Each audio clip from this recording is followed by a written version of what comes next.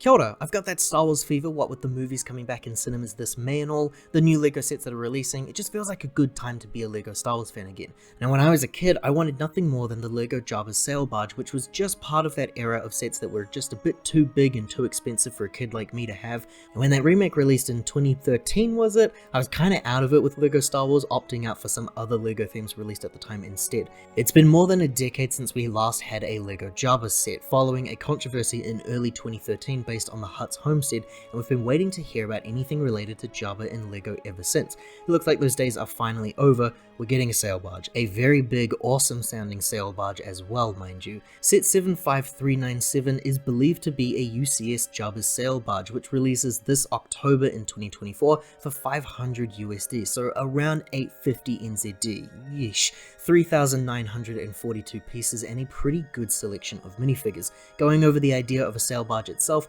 magnificent. The UCS Sandcrawler is probably one of my favorite UCS type sets, so I imagine this will be right up my alley. It's a massive big rig type vehicle with all the minifig scale details on the inside and some special minifigures that will really make this thing amazing compared to the value of the already excellent 2013 one. And in the aftermarket here, that set goes for around 600 NZD brand new, which is just ridiculous pricing, so soon we'll be able to spend just a few hundred more for something that has 3,000 more pieces. Resellers be damned. As far as set information goes though, like other rumor videos that I've covered here recently, there's not a whole lot available to us just yet. We can speculate on a few things though. I'm assuming sales, like the last one, LEGO have been using this plastic material a bit more and more over the past few years, most notably for me being used in the excellent Avatar line a few years back with the creatures. I also believe that the sail barge will have some opening side doors, just like the last one did, so that we can see Jabba sitting in there, but depending on that size though, maybe Jabba doesn't have to be placed sideways anymore, who knows. A bar would be pretty cool, a music corner as well for the band, obviously,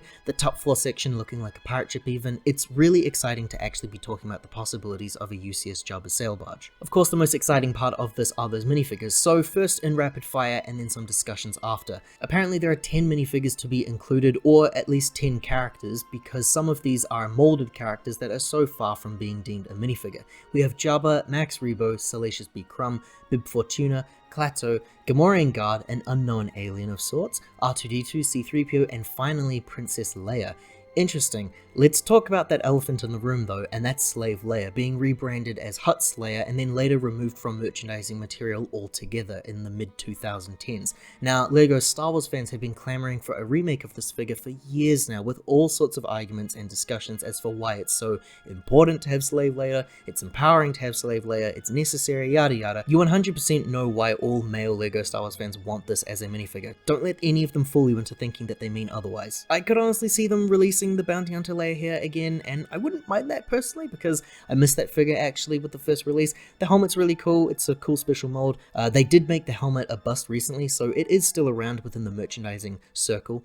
Huttslayer Leia is pretty important for that scene though. I could ultimately see them remaking that figure, seeing as how this is an 18+ set, but we do have to keep in mind that whatever Disney says is what goes. It's up to them entirely, and it's possible that they say no, so we'll just have to wait and see. Now, Jabba being back in LEGO form is great. I'm reminded that a few years ago, I'm pretty sure people thought that we were going to be getting a new LEGO Jabba in a set, so I actually managed to get the amazing 2012 figure for like 30 or 40 bucks NZ or something, which was great at the time in my eyes, and even better now because it looks like it's in the $80 range. We'll see if he's a complete redo again or not. LEGO could always improve on things. The colors are maybe a little off, maybe some design changes or something. I think that the Jabba figure we have is still amazing, and I would not mind if they decided to just re-release this exact same one again. Now, the really exciting additions for me, Salacious B. Crumb and Max Rebo. Incredible additions. I think that the molding on the Salacious B. Crumb figure is already really good, and I just don't really like that printing compared to some modern practices, so I'm looking forward to seeing what they do with him.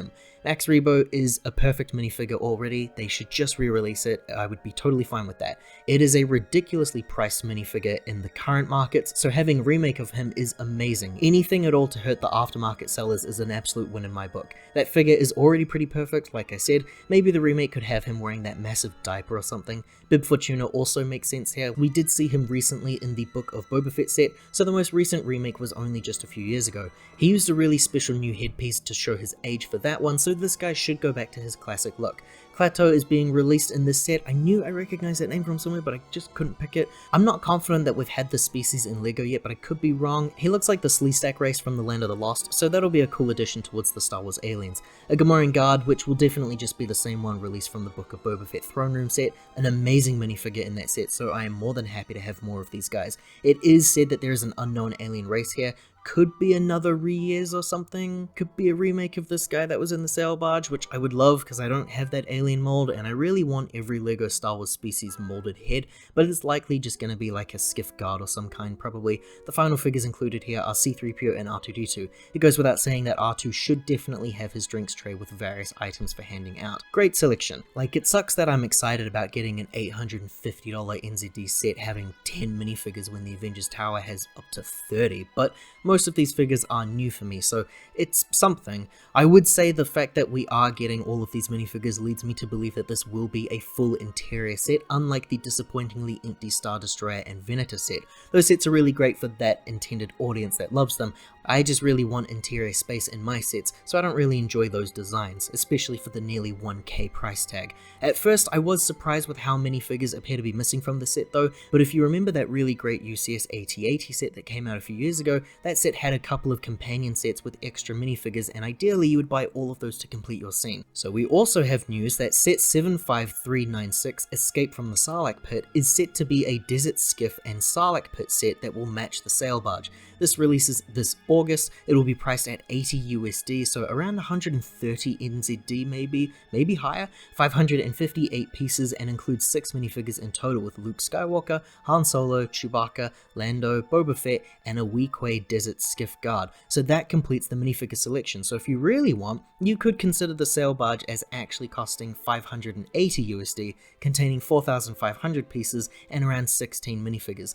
That seems a bit more appealing to me. We've had a few desert skiffs over the years, the first one released back in like 2000, and then we had a pretty good remake in 2012 actually, that released alongside the Jabba's Palace and Sail Barge of that era. A final one in 2017, which is the one that I have. They removed the Lando and the Luke figure and they replaced them with a lame Chewie and Han, so I wasn't a big fan of this one actually. The last one was 277 pieces, and if I remember correctly, I think it was like 70 NZD here, so this new one is much bigger, but we don't know how many of those parts are going to be used to build the skiff and how many parts are going to be used to build the Sarlacc. Pretty cool though. I really love how it releases like a month before the Sail Barge, so it'll be a really good way to build up that hype for the Sail Barge set. I'm really looking forward to seeing what these look like ultimately. And wouldn't you believe it, that's not all, because apparently if you buy this set at release, because it's a fancy UCS set, we do have a special promo that releases alongside with it. Set 40730 will be Luke's lightsaber. Yes, one of the small-scaled brick-built lightsabers that everyone goes feral for and tries to flip on the aftermarket for insane prices.